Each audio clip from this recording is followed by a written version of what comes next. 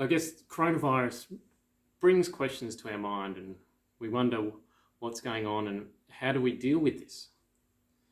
It's interesting that the reading from the Gospel of John for this week is a story about healing, and a story with some questions. The disciples are walking along the road with Jesus and they see a man who was born blind. Obviously, they're familiar enough that they realise this man was born blind. And so they ask Jesus, who sinned to cause this man to be born blind? Was it him or was it his parents? That natural thought in our mind that bad things happen because we've done bad things. Don't know if you've ever been walking and stubbed your toe and your parents have gone, see, that's God punishing you. We have this idea in our heads, and it was definitely there in those days, that if something bad happens to you, it's because you've done something wrong or someone else has done something wrong. Jesus says to his disciples, no one sinned. This man is not blind because someone's done the wrong thing in the past. Jesus goes on to say, this has happened so that God's glory can be seen. It's interesting, I'm not sure whether it's that the man was born blind so that God's glory could be seen, or that what he's about to do will bring God's glory. Hopefully the latter. But he says, I'm going to bring light into this man. And Jesus reaches down, gets some dirt, spits in it and starts to make some mud. And then he takes the mud and he puts it on the man's eyes. Doesn't sound great to us, but I guess if you're blind, you don't know what's happening. And once he's put the mud on the man's eyes, he says, go now and wash in the pool of Siloam and be healed. And so the man goes and washes, and suddenly he can see for the first time in his life. Not because the waters are in any way special, but because Jesus has healed him.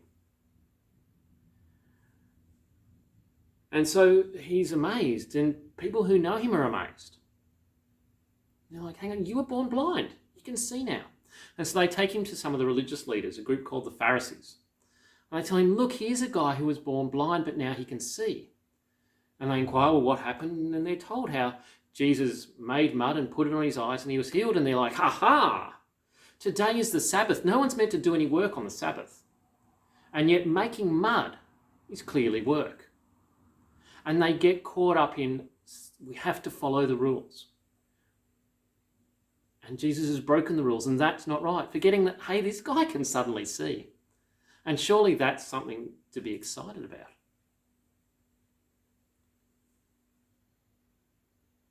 They question the man, they question the man's parents, and they're like, whoa, talk to our son. We're not getting involved here. They question the man again, and he's like, all I know is that Jesus healed me. He has changed my life, and I will defend him.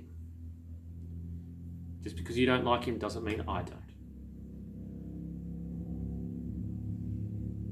So what does this mean for us?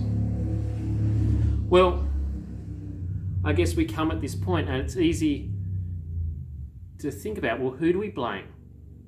Who do we blame for all this coronavirus? It seemed to have started in China. Do we blame them? And we know that out there are those that are doing that and saying some not very nice things. But that's not right. If we know it's been passed on to us or to people we care about, do we blame the person that passed it on to us? A number of years ago, great Formula One driver was Ayrton Senna. And a race at Imola, a principality in Italy. A piece broke on his car, and instead of turning the corner, he went straight on, ran into a wall and died. And within months, the Italian police had put on charges of manslaughter the head of his racing team, the designer of the car, and his engineer. All for manslaughter because someone had died and therefore someone had to be blamed. It's too often how we deal with things. Something bad's happened, we have to blame. And since JJ's been enjoying our song so much, it's part of what the song 1 talks about. It starts by saying, is it getting better?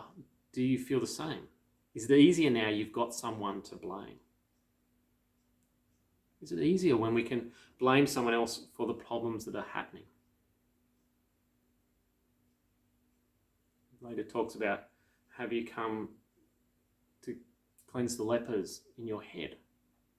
You come to raise the dead. The story behind that song is that it's a song of a son talking to his father. A son who's dying of AIDS, talking to his father who's never accepted that his son is homosexual. And so that sense of, is it easier that you blame who I am or who I've been with for my death? And yet Jesus calls us not to sit there and blame one another.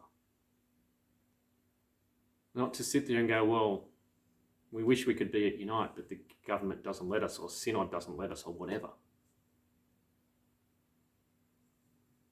But how do we find love in those moments? And crucially, how do we remember that this story reminds us of God's love, that this man isn't blind because someone's done something wrong.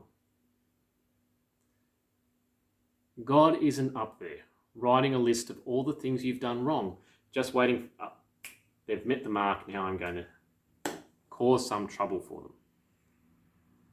God is loving you continually. God is wanting to bring healing into your life. And so in this time of worry and concern, know that God goes with you. God is protecting you. And God will continue to walk with us. Let's have a chat about some of that, shall we?